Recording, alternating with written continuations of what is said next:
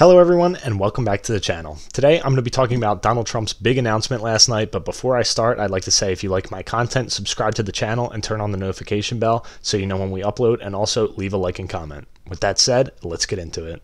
So last night Donald Trump confirmed what he has been teasing for the last 2 years and confirmed that he is running for president again in 2024. Now, this comes as a surprise to basically nobody. Trump has been hinting at this for over 2 years. Basically, since he lost the 2020 election, he has been not even really hinting at it, basically just saying that he is going to run again. But last night, he officially announced it in what is kind of a weird timing, in my opinion. Last night, in his speech, Donald Trump was a lot less energetic and more objectively presidential than he usually is when he speaks, and it's pretty clear that he took the criticism from the last couple years of him not being very presidential and tried to appear more presidential during his announcement last night. He seemingly went a little bit too far in this direction because a lot of Republicans and conservatives in the media have criticized him for not having enough energy like he had in 2016 and 2020. Also, Trump touted his midterm victories in his announcement speech last night, but the fact is that there aren't really many midterm victories for him to flaunt. The first and biggest one that he mentioned was that the Republicans have taken back the House of Representatives, according to Decision Desk HQ. And while that is true, they do have the House now. They have 219 seats with a couple to go. It's still a way smaller majority than Republicans were expecting and hoped for. You can really go all over the country and find congressmen or candidates who were endorsed by Trump that ended up losing races that they probably should have won. Joe Kent lost in Washington's 3rd. J.R. Majewski lost by 15 points almost against Marcy Kaptur. John Gibbs lost by double digits against Hillary Scholten. Bo Hines lost in North Carolina by a couple points. These are all congressional races that could have or should have gone to Republicans that didn't. And ultimately, there were a lot of factors at play in this election. Abortion was obviously a big one, but there is no doubt that Trump fatigue did set in and affect these midterms. These midterms felt like more of a wash, and that's because while it was a Republican midterm under Biden, Donald Trump still had an effect, so it partially felt like a second Trump midterm as well, and those two kind of canceled each other out. Going to the Senate election results, or that's the governor, but going to the Senate election results, we can see that none of the Trump-endorsed candidates in swing states ended up winning. Laxalt came close, but he's down by about a point now in Nevada. Blake Masters lost by almost 5 points, and Dr. Oz also lost by over 4 points. Georgia's to be determined because it's going to a runoff, but in my opinion, it isn't looking very good for Herschel Walker. I am going to make a video on that. But in Wisconsin, Ohio, and North Carolina, all Trump-endorsed candidates here, they actually underperformed polling. And going into the governor election results, Trump-endorsed candidates won for however many swing states there were. Tony Evers won in Wisconsin by a surprisingly large margin. Michigan and Pennsylvania both ended up going to the Democrats by double digits. Minnesota was an 8-point victory for Tim Walz. Arizona was a surprise victory for Katie Hobbs. The only victory by a Trump-endorsed candidate was Joe Lombardo in Nevada, and he was able to distance himself enough from Trump that he wasn't really tied to it and was able to overperform in this state. So just looking at the statewide results here in the Senate and the governor elections, we can see that Trump candidates really only had one victory in November. So making remarks on the midterm elections while announcing a presidential run honestly doesn't seem like a great move to me. Earlier, I mentioned how the timing was probably not great either, and that is because of the underperformance in the midterms. Having a presidential announcement right after that just kind of looks weird in my opinion. The smartest thing to do would probably have been to take a step back and take a look at what went wrong for Republicans in the midterms before he announced that he was running for president. And it does seem like he's changing his tone a little bit. Like I said in his speech last night, he's gotten a little bit of criticism for being low energy, but that's probably because he's trying to seem more presidential, as that is a big criticism of him over the last 6 years or so. Of course, this election is still almost 2 years away, and there's a lot that can happen before then, but this does beg the question, can Trump even win in 2024 now that he's running? So looking at the 2024 map here, I think we can fill in states that are definitely going to either Donald Trump or Joe Biden. So for Trump, those would be like Montana, Idaho, Utah, Wyoming, the Dakotas, Nebraska at large, and its 2 districts there, Kansas, Oklahoma, Missouri, Arkansas, Louisiana, Mississippi, Alabama, Tennessee, Kentucky, Indiana, West Virginia, and South Carolina, and of course Alaska. For Joe Biden, that would probably be Washington, Oregon, California, Hawaii, New Mexico, Colorado, Illinois, Virginia, Maryland, Delaware, New Jersey, New York, Massachusetts, Connecticut, Rhode Island, Vermont, Maine at large, and Maine's 1st District, and also the District of Columbia. I think that these are the states and districts that the consensus would agree are going to each party either way. I do think there are more that are extremely probable to go to each party that I'm going to fill in now.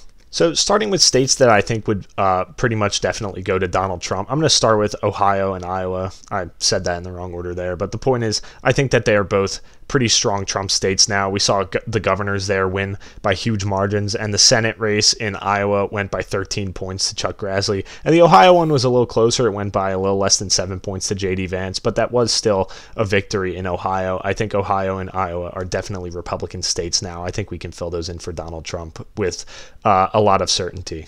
Another state that is obviously moving towards Republicans is the state of Florida. Ron DeSantis just won there by 19 points, and I don't think that Trump, or even if DeSantis ends up being the nominee, DeSantis will win this state by 19 points on the presidential level, but it's obvious that it's trending in Republicans' direction, so I do think that Florida is kind of a layup for Republicans in 2024.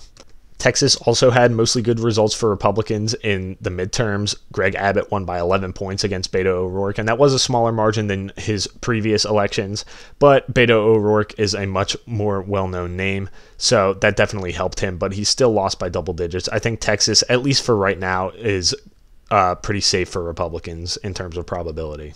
And this one might be closer, but I do think Maine's 2nd congressional district is probably going to go to Donald Trump pretty much no matter what. Jared Golden did just win this, or I don't know if it's been called yet. All right, so it hasn't been called yet, but he's ahead, and the ranked choice voting is going to kick in, and it's going to put him over. So even though he won this, he outperformed Trump by 13, or he outperformed Biden by 13 in 2020. So I don't really think that matters. I think Jared Golden has crossover appeal. So I do think Trump would still win this district. As for Joe Biden, or whatever Democrat is going to be the nominee, I think it probably will be Joe Biden at this point. But whoever the Democrat is, they will probably win New Hampshire. New Hampshire was way more blue this year than anybody really expected, even the wish casters. So I do think that New Hampshire is probably going to go blue. It could get relatively close, but I don't think it will. Another state that I think is probably pretty safe for the Democrats is going to be the state of Minnesota. Tim Walz won here by a pretty big margin, and Joe Biden won this state by a pretty big margin in 2020 as well. I just don't think Trump has it in him to win the suburbs or even do any better in the suburbs than he really did in 2020 in the state of Minnesota, so I do think that Minnesota is probably a safe bet for Democrats in 2024. I also think because of that and the suburbs and stuff that Joe Biden will win the 2nd congressional district in Nebraska. This district did get redder in redistricting, but the suburbs are just so anti-Trump that I don't think that Trump really has a chance in this district in 2024. And this last one might make some people mad, but I'm going to add Michigan to this column too. Michigan very clearly is still a blue state. Gretchen Whitmer just won here by over 10 points. It's clear that Trump's 2016 victory in this state was a fluke. I don't think he can win it again. And similar logic could be applied to Pennsylvania because Josh Shapiro was just elected by like 15 points in this state, which is actually a wider margin than Gretchen Whitmer won by. But that's largely because of Doug Mastriano, who's way less popular than Donald Trump. Even if Donald Trump isn't that popular, he still has way less appeal than Trump does in this state. Trump only lost Pennsylvania by 1 point in 2020, and Doug Mastriano lost by 15, so there are obviously Trump-Shapiro voters in the state. I think Biden probably does have the advantage in Pennsylvania, but I'm not going to label it as the safe blue states like I have with the rest of them because I do think there is a chance that Trump wins Pennsylvania. But those are all of the states that I see basically going to either party no matter what. I don't think the margins will be double digits in all of these states and districts, but I do think in terms of probability that these are the states that each candidate are starting with in 2024. Basically, the general election campaign is going to be fighting for these 6 states. So I'm just going to do a quick look into each state here. I already looked at Pennsylvania. I do think that Biden's favored in Pennsylvania probably, but I don't think it's impossible for Trump to win here. In North Carolina, Republicans did just underperform here, but Trump won it twice already. I think that he probably is favored to win it again, but I do think it's going to be pretty narrow. In the state of Georgia, the trends here are really against Republicans. I'm not really sure anyone would be able to win it in 2024, but I do think it does matter how Trump presents himself in the campaign. The suburbs swung way against even Brian Kemp in the midterms this year. So Georgia definitely is an uphill battle for Republicans. I think Biden would probably be favored here by a decent amount.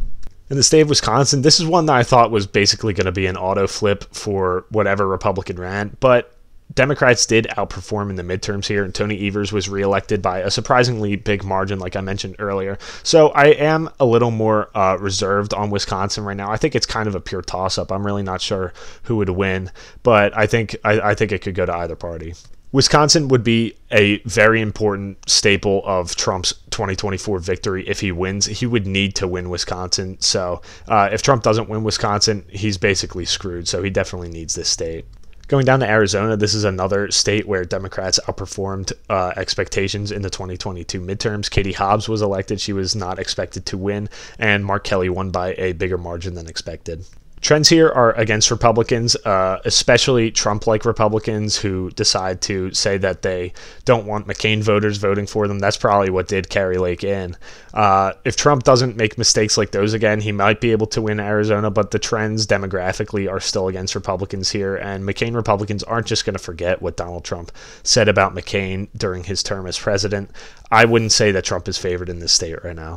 Going up to the state of Nevada, this is one of the states where Republicans actually had decent results in the 2022 midterms. They still underperformed, and Adam Laxalt did lose, but Joe Lombardo is going to be governor here, which I do think could help the Republican trend in their direction between now and 2024. I think this one is a pure toss-up right now. It just depends on what Lombardo does as governor, what he's able to do. I think he has a Democrat legislature. It depends on Trump's campaign. Obviously, we're still 2 years away, so all of this is purely speculation, but I think that Nevada right now is basically a pure toss-up. So those are my thoughts about Trump running for re-election in 2024 because he just announced it yesterday. I went through what I think he could do to win. I do plan on doing a more in-depth video about the 2024 election in the coming weeks.